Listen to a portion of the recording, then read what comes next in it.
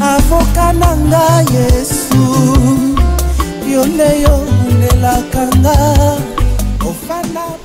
Nous acclamons pour les rédempteurs d'Israël. Nous acclamons pour celui qui nous a sauvés, pour celui qui nous a restaurés, et pour celui qui nous a donné encore la vie, l'abondance et la paix, de nous présenter encore ce dimanche, parce qu'il est le Dieu merveilleux. Amen. Mais notre Dieu est puissant. J'ai toujours dit, je sers un Dieu puissant.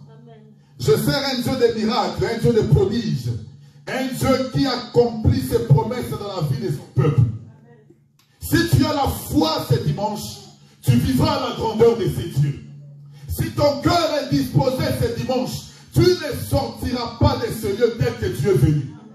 Parce que le Seigneur te parlera. Il te donnera l'abondance et la paix. Il te donnera l'amour et la grandeur. Et tu vivras encore son nom. Amen. Mais lorsque tu t'approches devant ce Dieu, dis-toi seulement que je m'approche devant le Rédempteur d'Israël. Même lorsque Job était dans la maladie, dans la souffrance, Job était méprisé, Job était négligé, Job était par terre. Job qui possédait beaucoup de biens, Job qui avait des enfants. Mais un jour, le Seigneur lui-même a décidé de pouvoir mettre Job par terre, de pouvoir enlever tout le bien de Job, de pouvoir détruire tout ce que Job possédait. Amen. Mais c'est pour ça que j'ai toujours dit une chose, écoute-moi très bien. Même si le malheur t'arrive, n'accuse pas d'abord les sorciers de ta famille. Vous ne me comprenez pas. Même si tu passes le moment de difficulté, le moment des épreuves, ne cherche pas d'abord les sorciers de ta famille. Cherche d'abord l'Éternel. Cherche d'abord la face de Dieu. Et pose la question au Créateur. Pourquoi ces problèmes se présentent dans ma vie? Parce que c'est Dieu lui-même qui s'est inventé devant les diables. Il pose la question à Satan. As-tu vu mon serviteur Job? As-tu vu Job? Vous savez, Satan avec son orgueil, il répond à l'Éternel, il dit oui, je l'ai vu. Je vis Job. C'est un homme intègre. Dieu commence à s'inventer de son serviteur. Il parlait de Job. Et les diables regardent Dieu. Il dit, Seigneur, tu es en train de parler comme ça pour Job. Parce que tu lui as donné le bonheur. Tu lui as donné l'argent. Tu lui as donné les enfants. Il a tout. C'est pour cela qu'il est heureux. Amen. Mais laisse-moi te dire une chose. Il y a beaucoup de gens, ils servent Dieu que dans les moments de bonheur. Lorsque tout va bien, tu verras vraiment la personne servir Dieu avec son cœur. Mais les jours où les choses vont commencer à aller mal, la personne décourage. Il y a même des gens qui abandonnent le chemin du salut. Il y a même des gens qui quittent la voie du salut à cause de la souffrance ou de problèmes qui peuvent se présenter dans ce monde. Mais moi j'aime l'apôtre Paul. Paul est en train de parler. Qui me séparera de l'amour de Christ? Est-ce la mort? Est-ce la souffrance? Est-ce la faim? Amen. Mais il n'y a aucun problème qui peut se présenter dans ce monde qui peut se séparer de l'amour de Jésus-Christ. Si Dieu t'a aimé, si Dieu t'a sauvé, parce qu'il sait que tu es son enfant. Il est capable de pouvoir te donner l'abondance. Il est capable de te donner la paix si seulement tu restes intègre à sa foi. Amen. Beaucoup de gens découragent. Vous savez, supporter le moment des épreuves, c'est difficile. C'est là où beaucoup de gens tombent. Mais les épreuves servent à ce que nous retournions encore dans la face du Créateur. Moi, j'ai toujours dit une chose, mais écoute-moi très bien. Lorsque tu es dans les difficultés, entre dans la prière. Parce que j'avais dit, pendant tous ces 2 mois, jusqu'au 31 décembre, nous parlerons que de la dimension de la prière. Amen. L'intégrité de Job, son attachement, était parce que Job connaissait son Créateur. Beaucoup de gens tombent, beaucoup de gens passent à côté, parce qu'ils ne connaissent même pas le Dieu par lequel ils ont cru. Si tu connais ton Dieu, si tu as vu la main de Dieu, si tu as vu la grâce de ton Dieu, si tu as vu ce que Dieu a fait avec toi, tu ne l'abandonneras jamais. Tu ne le quitteras pas. Tu resteras intègre à ses pieds. Tu resteras toujours là. À le servir, à le louer, à l'élever. Même dans les moments difficiles, toi tu serviras toujours ton Dieu. Tu chanteras les cantiques de l'Éternel parce que tu sais que ton Dieu est capable de pouvoir te restaurer. Job avait cette conviction en lui. Il savait que mon Dieu est capable. Vous savez, même la femme de Job est venue. Il dit, Job, réunis Dieu. Comment l'Éternel peut te mettre dans cet état où tu as même l'ulcère dans ton corps? Tu as perdu tous tes biens. On a perdu tous les enfants. Tout ce que tu possédais, tu n'as plus rien. Nous prêchons ça. Mais mettons ça maintenant dans notre vie. Hein, ma sœur Corée? Tu as toute une entreprise qui te donne de l'argent. Et un jour comme ça, tout est par terre. Tu n'as plus rien. Des dettes à gauche, à droite. Et tu dois rembourser maintenant. Et l'État aussi s'élève que tu dois payer tous les impôts que tu ne payais pas. Si tu te retrouves dans cette situation, est-ce que tu auras toujours l'amour de t'acheter et de pouvoir prier ton Dieu? Mon frère Thibault, est-ce que tu auras toujours cet amour de rester auprès du Seigneur, de croire que le Dieu qui m'avait donné l'abondance est capable de me restaurer encore, de croire que le Dieu qui t'a fait élever est capable de te mettre encore debout? C'est là où beaucoup de gens tombent. Vous savez, le diable sait. Il sait que s'il touche ta foi, tu seras fini. Il sait que c'est la foi qui fait que tu puisses croire. Alors le diable mettra les épreuves. Il mettra des difficultés. En fait que lorsque tu regarderas cela, tu perdras ta foi. Et lorsque tu perds ta foi, tu n'auras plus la capacité de prier et de te présenter devant ton Dieu. La femme de Job dit, Job réunis Dieu, réunis-le et meurt. Mais cet homme est resté intègre parce qu'il sait à qui il avait cru. Il sait que son Dieu était capable. Il sait que son Dieu était capable de faire les choses qu'aucun homme est capable de faire. Oh bien, mais moi j'aime la réponse de Job. Il a dit, j'ai entendu parler de toi. Mais aujourd'hui, mes yeux t'ont vu. Mais lorsque Dieu voit la grâce de Dieu, tu verras la grandeur. Lorsque tu vois la grâce de Dieu, tu verras sa grandeur et tu verras aussi sa puissance. Il était capable de dire, mais mon Rédempteur s'élèvera même le dernier. Et je déclare ce dimanche que le Seigneur s'élève aussi pour ton problème. Je déclare ce dimanche que le Seigneur regarde aussi ta situation. Je déclare ce dimanche que le Seigneur regarde tes difficultés. Et puis que ce bon Dieu puisse te donner la solution afin que tu continues à l'élever. L'attachement au Créateur, elle est très très importante. Amen. Amen. Ne regardons pas toujours les problèmes. Les problèmes seront toujours. Aussi longtemps que tu es sur cette terre, il y aura toujours des problèmes. Tu finis là.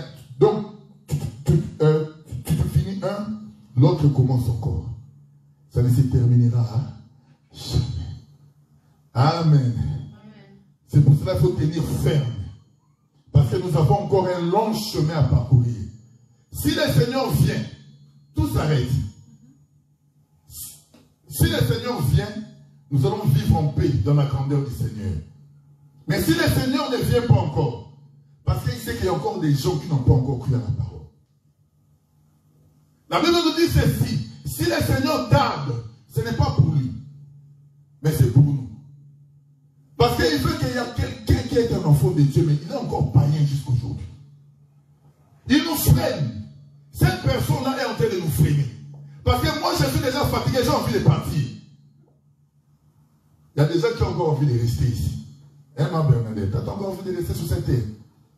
Ah. Moi, j'ai envie de partir. Je suis fatigué de ce monde pourri. J'ai envie d'aller vivre avec mon Seigneur en paix. Dans la grandeur et dans la joie. Mais il y a encore des gens qui ont en train de nous freiner. Si le Seigneur ne vient pas encore, parce qu'il veut que personne puisse se perdre. S'il est un enfant de Dieu, le Seigneur veut que la dernière personne entre dans la bergerie. Et lorsqu'il rentrera, l'enlèvement se fera. Mais aussi longtemps qu'il y a encore des gens qui tardent, le Seigneur est encore en train d'user de sa compassion. C'est ça l'amour de notre Dieu. C'est pour ça que nous devons prêcher la parole. Que nous puissions ramener la dernière personne, le dernier brebis. Que le Seigneur est en train encore d'attendre. Lorsqu'il se rend dans la bergerie, c'est là que le Seigneur viendra. Aussi longtemps que lui, il traîne encore là-bas. Nous allons continuer à souffrir sur la terre. C'est pour ça qu'il faut faire l'évangélisation. Amen. Afin que les enfants de Dieu puissent se retrouver, puissent rentrer à la maison et notre Créateur viendra nous chercher. Il faut avoir le désir de partir. Hein? Parce qu'il y a des gens qui aiment cette terre. Ils ne veulent pas aller au ciel. Moi, je veux aller au ciel. Et l'autre aussi, pasteur Azot, pressé. On n'a pas encore fini de manger sur la terre. On n'a pas encore fini de s'habiller. On n'a pas encore fini de m'acheter des maisons. Moi, je n'ai pas encore acheté une maison. Comment il veut que nous puissions partir? Amen. Même si tu achètes une maison, est-ce que la maison te donnera la vie éternelle? Même si tu t'achètes une nouvelle voiture, même si tu t'achètes tout un quartier, ça ne te donnera pas la vie éternelle. Et on t'enterrera aussi jamais avec cela. Tu mourras, tu les laisseras. Tu iras tel que tu es venu pauvre. Amen. Moi, j'ai toujours dit, le jour où tu vas mourir, tu ne choisiras même pas ton avis. J'ai toujours dit ceci. C'est la même. Quelqu'un d'autre va te faire porter la vie, il choisira ta place. Peut-être le mauvais costume que tu n'as jamais aimé, c'est le costume qu'on va te mettre ce jour-là. La robe que tu n'as jamais désirée là, que tu regardes et tu dis non, ça, bon, je l'ai quand même acheté, mais c'est la robe que tu partiras avec. Et tous tes beaux costumes, tes habits, tes chaussures, tes frères viendront les chercher. Et prendre. Hein, maman Bernadette? Tous les bijoux là, que tu as acheté avec beaucoup d'argent, tu ne partiras pas. Tu as déjà vu quelqu'un dans le cercle avec les bijoux. Amen. Ça va rester pour les autres. Donc tu t'achètes, tu t'habilles, c'est bien parce que tu es encore en vie. Mais le jour que tu partiras, quelqu'un d'autre viendra les prendre. En plus, il va les vendre moins cher en plus. Amen. Notre Dieu est merveilleux. Nous acclamons pour le roi de rois. Nous acclamons pour le Seigneur des seigneurs. Il nous restaure, il nous donne la force. C'est pour ça que nous devons les servir. Avoir l'intégrité et l'amour de Job. Amen. Je voulais parler d'un sujet aujourd'hui parce que nous sommes toujours dans notre marche sur la prière. Je voulais parler de quelque chose de très très important. Je suis dans le livre de... Donne le micro au frère, à notre frère Thibaut. Il va lire l'écriture dans le livre de 2 Rois.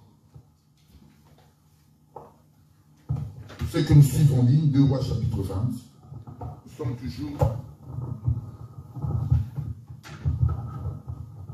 Nous sommes toujours dans notre enseignement sur la prière pendant tout le 2 mois. Jusqu'au mois de décembre. 2 Rois chapitre 20. En fait, Thibaut peut commencer à partir du verset 1. Et puis nous allons descendre. Écoutez bien ce que le Seigneur est en train de nous dire. À cette époque-là, Ézéchias fut atteint d'une maladie mortelle. Le prophète Ésaïe, fils d'Amoz, vint le trouver et lui annonça: Voici ce que dit l'Éternel. Donne tes ordres à ta famille, car tu vas mourir, tu ne vivras plus. Ézéchias tourna le visage contre le mur et fit cette prière à l'Éternel. Éternel, souviens-toi que j'ai marché devant toi dans la vérité, avec un cœur intègre, et que j'ai fait ce qui est bien à tes yeux. Merci Seigneur. Oui, vas-y. Oui, il pleura abondamment. Oui, vas-y. Ésaïe était sorti, mais il n'avait pas encore atteint la cour du milieu que la parole de l'Éternel lui fut adressée. Retourne annoncer à Ézéchias, le chef de mon peuple, voici ce que dit l'Éternel. Le Dieu de ton ancêtre David, j'ai entendu ta prière, j'ai vu tes larmes, Je vais te guérir et dès après-demain, tu pourras monter à la maison de l'Éternel. J'ajouterai 15 ans à ta vie. Je te délivrerai, de même que cette ville du roi d'Assyrie. Je protégerai cette ville à cause de moi-même et à cause de mon serviteur David. Ésaïe dit, prenez un gâteau aux figues. On le prit et on l'appliqua sur l'ulcère. Et Ézéchias guérit. Merci, on peut s'arrêter là. Amen. La parole du Seigneur, bien-aimés, nous allons partager cette parole pour votre édification. Nous sommes toujours en train de parler de la prière. Comme j'ai toujours dit, bien-aimés, la prière est notre nourriture. Amen. La prière nous approche de Dieu. La prière est une relation entre l'homme et son Dieu. Lorsque tu pries, j'ai toujours dit, tu es en relation avec ton Dieu. Un homme qui ne prie pas ne pourra jamais recevoir quelque chose de la part du Seigneur. Si ta vie est formée par la prière, sache que tu seras un homme heureux. Remarquez, un jour le Seigneur envoie le prophète Ésaïe vers la maison du roi Ézéchias. Il dit à Ézéchias, écoute, va, dis à ta famille que tu vas mourir. Le Seigneur lui dit, tu mourras. Tu ne vivras plus. Le Seigneur a déjà scellé sa parole. Amen. Mais écoute-moi, la parole de l'Éternel, elle est irrévocable. Qui peut annuler la parole de l'Éternel? Lorsque tu lis ta Bible dans le livre de Nombres, chapitre 23, la Bible nous dit ceci. Dieu n'est pas un homme pour mentir, ni un fils de l'homme pour se repentir. Ce qu'il dit, il ne le réalisera-t-il pas? Ça veut dire que le Seigneur, lorsqu'il parle, il est toujours derrière sa parole pour accomplir ce qu'il a dit. Il envoie les prophètes. Va dire au roi que le roi va mourir. Ça veut dire que c'est quelque chose qui était déjà scellé. C'est une décision que l'Éternel avait déjà prise. Il avait signé la mort du roi Ézéchias. Amen. Oh bien-aimé, écoute-moi. Je vais un peu te ramener aussi, que tu puisses comprendre l'importance de la prière. Parce que beaucoup de gens jouent. Ils ne savent pas que la prière est une force. La prière a la capacité de changer même une décision. La prière a la capacité de changer même un contrat qu'un homme a écrit, mais par la prière, l'homme sera aussi capable de changer. Notre Dieu est puissant. Remarquez, lorsque Ézéchias a écouté seulement cela, qu'il allait mourir, la Bible nous dit, il tourna son visage contre lui. Il a commencé à prier. Il a commencé à prier l'Éternel. Mais dans les moments difficiles, dans les moments des angoisses, dans les moments de pleurs, où tu vois vraiment que tu es seul, moi j'ai toujours dit, entre seulement à prière. Tu peux dire tes problèmes, tu peux parler aux hommes, personne n'aura la capacité de te guérir, ni de te sauver, si ce n'est que le roi de rois. Ézéchias est entré en prière. Il a tourné son visage contre lui. J'aime une chose, bien aimé, écoutez, écoutez très bien. Ézéchias n'a jamais prié pour que Dieu puisse le délivrer de la maladie. Écoutez très bien. Il n'a jamais prié pour que Dieu puisse le délivrer de cette maladie. Tout ce qu'Ézéchias a fait, il a commencé seulement à rappeler à l'Éternel le bienfait. À rappeler ce qu'il a fait pour Dieu. Mais parfois, lorsque nous prions, nous sommes beaucoup dans les demandes. Mais nous oublions une chose. Le livre de Matthieu 6 nous dit, avant que tu puisses parler, avant que tu puisses demander, Dieu sait ce que tu as besoin. Beaucoup de gens dans leur prière, ils s'attardent que dans la demande. Seigneur, donne-moi. Seigneur, donne-moi. Seigneur, donne-moi. Ça, ce n'est pas la prière. La demande fait partie de la prière. La prière est comme une maison. Écoute-moi très bien. Mais dans cette maison, il y a la cuisine, il y a le salon, il y a la chambre, donc il y a le chambre à coucher. Donc il y a tout dans une maison. La prière est comme un pack, tu le reçois. Mais à l'intérieur, tu peux trouver. Tu auras la capacité de pouvoir prier pour la demande, prier pour les difficultés, pour l'intercession. Donc tu auras tout dedans. Mais ne te tarde pas à faire seulement la prière pour demander. Parce qu'Ézéchias ne s'est pas tardé à dire Seigneur, guéris-moi de cette maladie. Non. Amen. Il faut changer la façon de se présenter devant Dieu. Tout ce qu'Ézéchias a fait, lui s'est tardé seulement. Il a pleuré. Il a démontré à l'Éternel le bienfait. Il a dit Seigneur, souviens-toi de moi. Souviens-toi de moi. Remarquez, je suis dans le livre de 2 Rois 20. Remarquez le verset 2. Le frère Thibaut peut lire. Regardez, notre Dieu est puissant.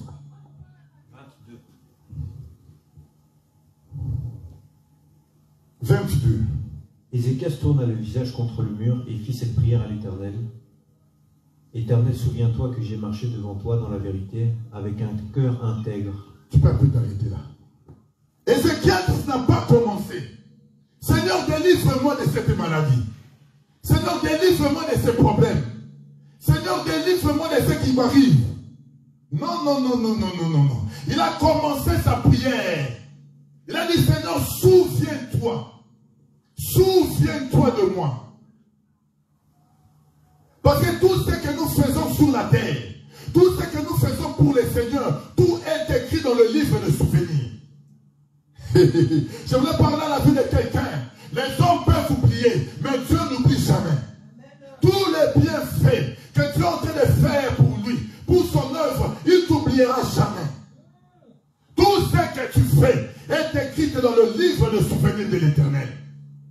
C'est là qu'Ézéchias a compris que je ne peux pas prier d'abord pour ma guérison. Je chercherai que l'Éternel regarde d'abord ce que moi, Ézéchias, je fais pour lui. Amen. Bien aimé, si tu étais dans cet état, que le Seigneur te dit, écoute, c'est fini pour toi. Tu vas aller, tu vas mourir. Je crois que tu feras aussi la prière d'Ézéchias. N'est-ce pas? Tu diras, Seigneur, souviens-toi de moi. Et le Seigneur aussi va te répondre. Il te posera la question. Tu veux que je me souvienne de toi, mais en quoi? Qu'est-ce que tu as fait pour moi? Amen. Qu'est-ce que tu as fait pour moi? Pour que moi, je puisse me souvenir de toi. Je crois que là, beaucoup de gens tomberont. Beaucoup de gens tomberont. Amen. Seigneur, donne-moi ceci. Seigneur, donne-moi cela. Seigneur, regarde ma situation. Seigneur, regarde mes projets. Seigneur, regarde ma famille. Seigneur, regarde mon travail. Oui, tout ça, c'est Seigneur, souviens-toi. Souviens-toi. Mais le Seigneur te posera aussi la question. En quoi que tu veux que je puisse me souvenir de toi?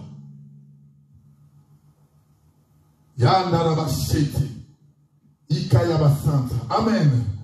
Mais notre Dieu est puissant. Ézéchiel dit, Seigneur, regarde. Ô Éternel, souviens-toi que je marchais dans ta face avec fidélité. Ézéchiel commence à demander au Seigneur, à lui présenter la façon dont il marchait. La marche d'Ézéchias.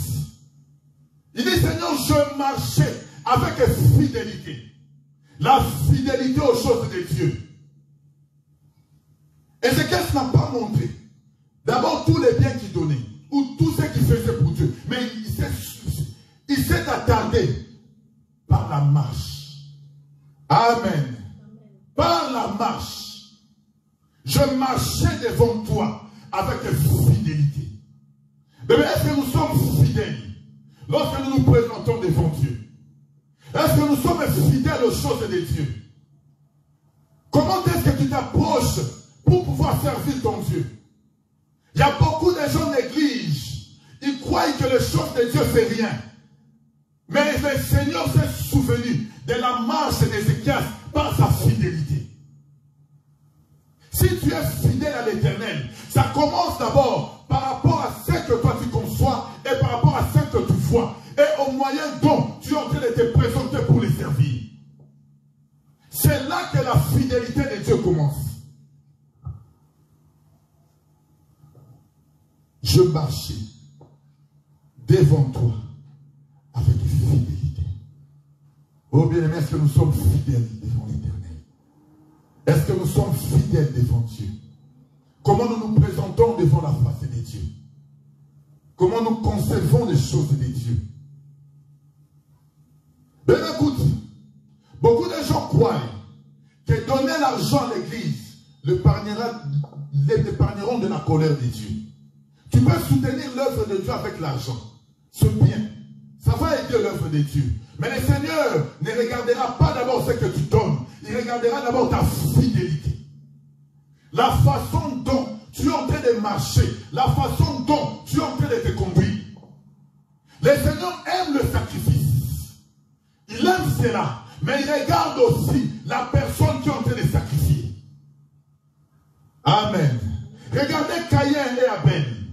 Les deux étaient là, en train de sacrifier devant la face de Dieu. Chacun a donné le fruit de son travail. Abel était berger. Il a pris un animal, il a tué. C'était le fruit de son travail. Caïn était cultivateur. Il a pris le fruit de la terre pour sacrifier devant Dieu. Mais la Bible nous dit, regardez, avant que Dieu puisse agréer l'offrande d'Abel, l'Éternel a d'abord regardé Abel. Dieu ne regardera jamais ton offrande. Si toi qui présentes l'offrande, tu n'es pas pur, tu ne marches pas dans la pureté, ton offrande, le Seigneur ne le regardera pas. Abel a sacrifié. Dieu est venu. Il a agréé, mais il a regardé d'abord la personne qui est en train de sacrifier. S'il a rejeté l'offrande de Caïn, parce que son cœur, il ne marchait pas dans la droiture de Dieu. Dieu regarde le cœur, la façon dont tu les sers, la façon dont tu marches, la façon dont tu t'approches. C'est ce que Dieu regarde premièrement. Lorsqu'il t'agréera, il te trouvera bon, il te trouvera pur, agréable. C'est là que Dieu peut après agréer ton offrande. Shanda bayaba sete libeshite.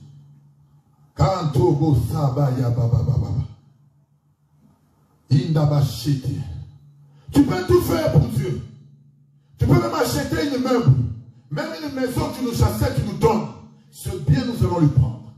Nous allons aussi prier pour toi. Pour que les Seigneur puissent encore te bénir. Mais est-ce que toi qui fais les sacrifices, est-ce que tu es devenu aussi un sacrifice?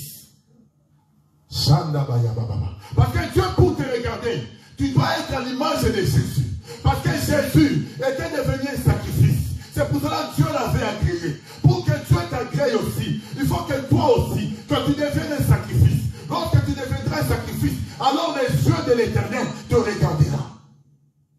Il te regardera. Lorsque le Seigneur te regardera, il approuvera tout ce que tu as en train aussi de donner. Parce que tu es agréable devant lui. J'aime cela. Et c'est ce que Ézéchias a fait. Il n'a pas demandé la guérison. Il n'a pas dit Seigneur, sauve-moi de la guérison. Il a dit Seigneur, souviens-toi. Souviens-toi. Regarde Père, je marchais devant toi avec fidélité.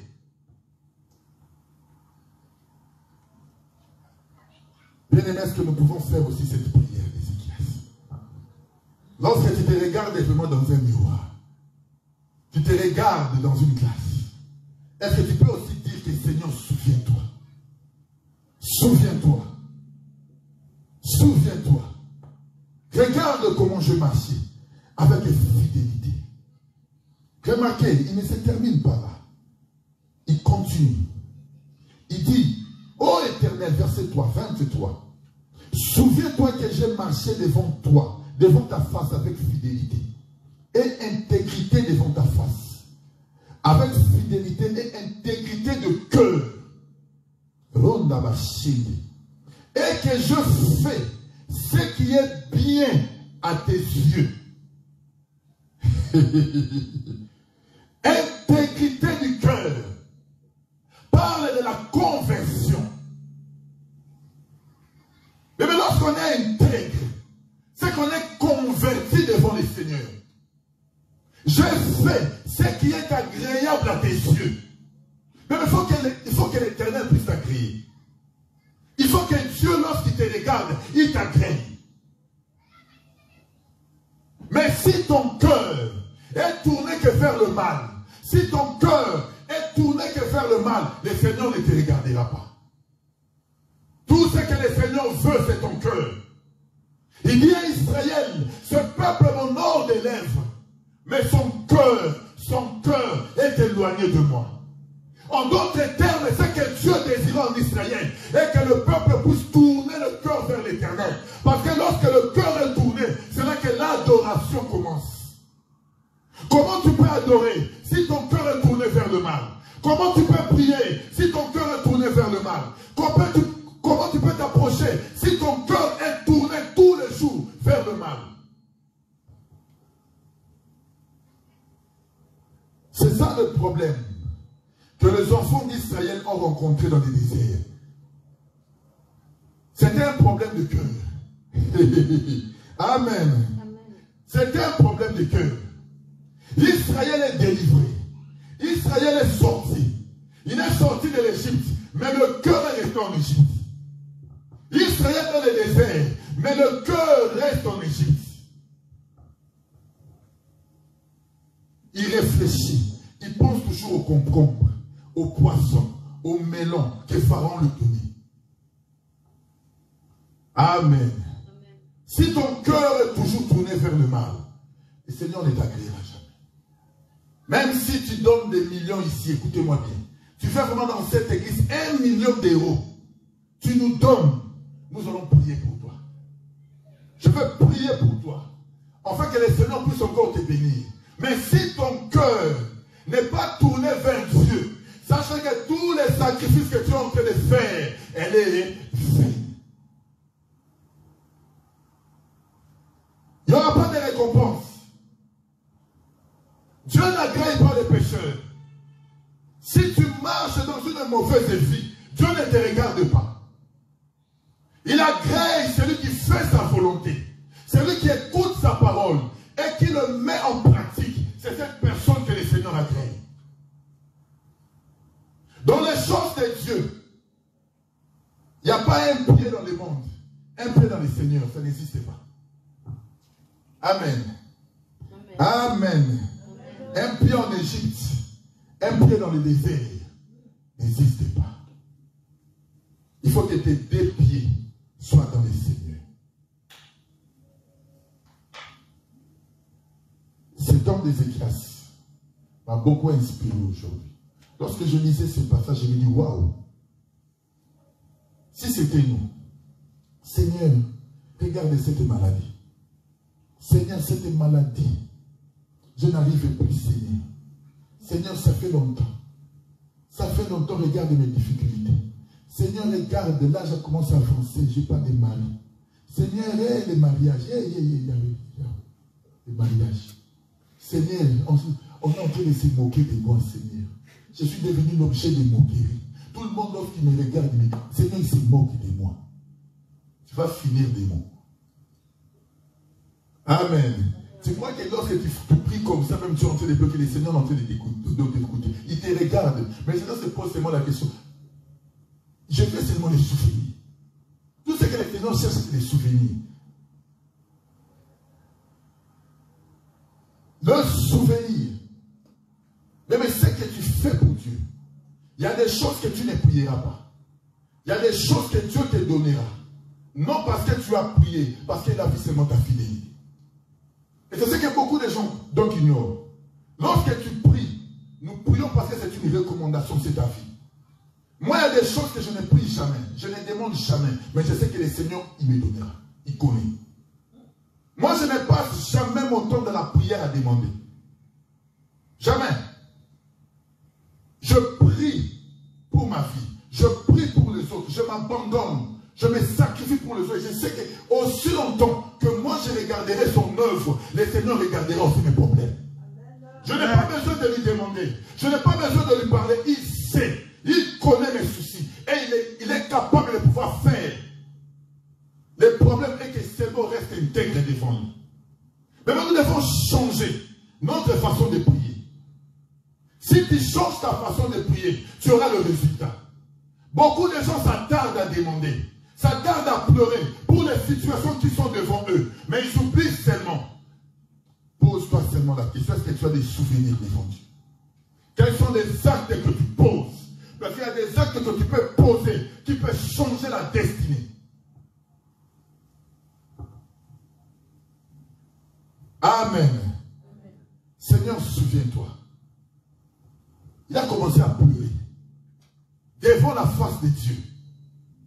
Le prophète Esaïe n'était pas encore sorti dans sa cour. En d'autres termes, si c'était dans ce bâtiment, le prophète avait seulement pris l'ascenseur. Moins un. Il est en train de descendre. Il n'est même pas encore sorti. C'est que la prière d'Ézéchias, il a fait que deux requêtes. Deux seulement. Deux. Dieu a écouté.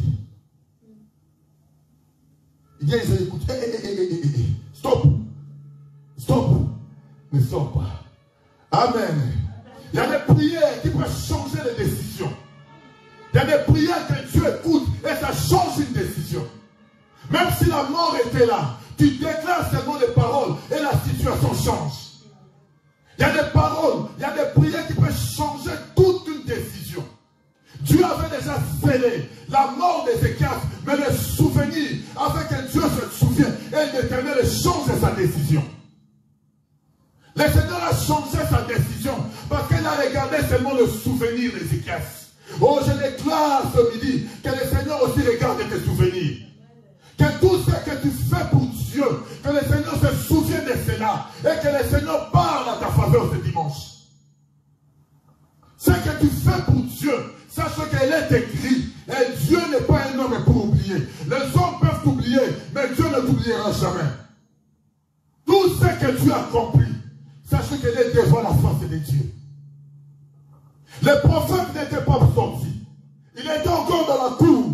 Mais Dieu dit au prophète Esaïe, retourne. Retourne. Va dire à Ézéchias, il ne mourra pas. Il ne mourra plus.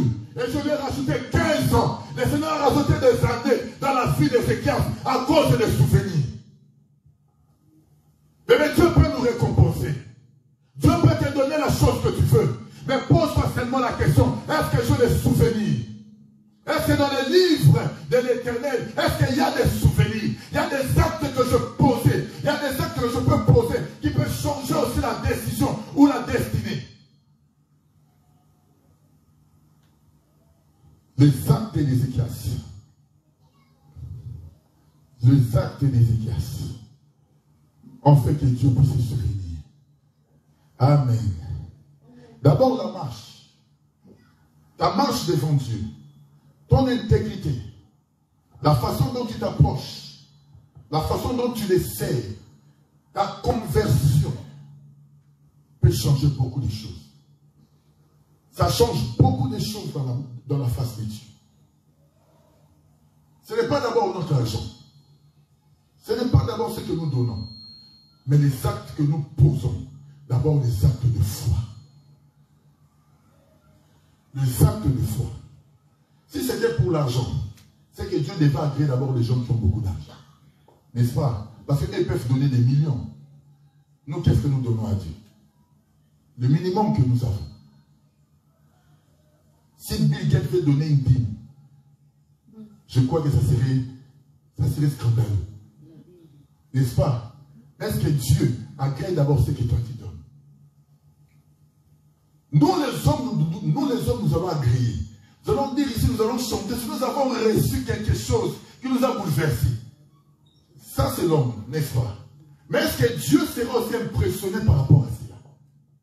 Par rapport à la grande somme que tu peux donner, est-ce que Dieu sera impressionné par rapport à cela?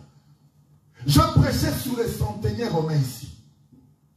Je dis ce qui a impressionné l'Éternel, ce qui a impressionné Jésus. était la grande foi. C'est la foi qui a impressionné les seigneurs. L'acte que les centeniers ont posé.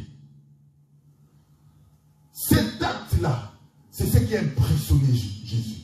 Si nous voulons impressionner les seigneurs, ce n'est pas d'abord par rapport à nos biens ou par rapport à ce que nous possédons.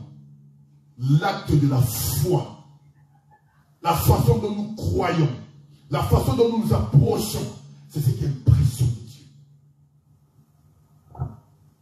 Si nous voulons être des chrétiens forts et vivre la grandeur de Dieu, commençons d'abord à poser les actes de foi. Amen. La vie chrétienne sans la foi, elle est nulle.